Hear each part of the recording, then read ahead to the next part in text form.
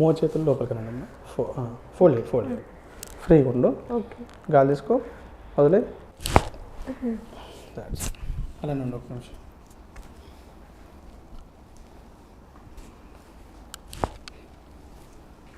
Free free వదిలే, free వదిలే.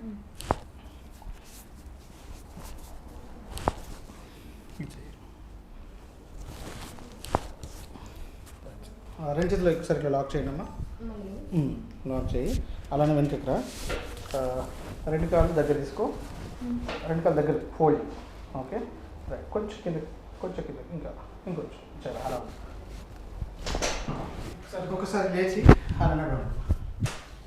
ఈ ఇక్కడ నుంచి ఒక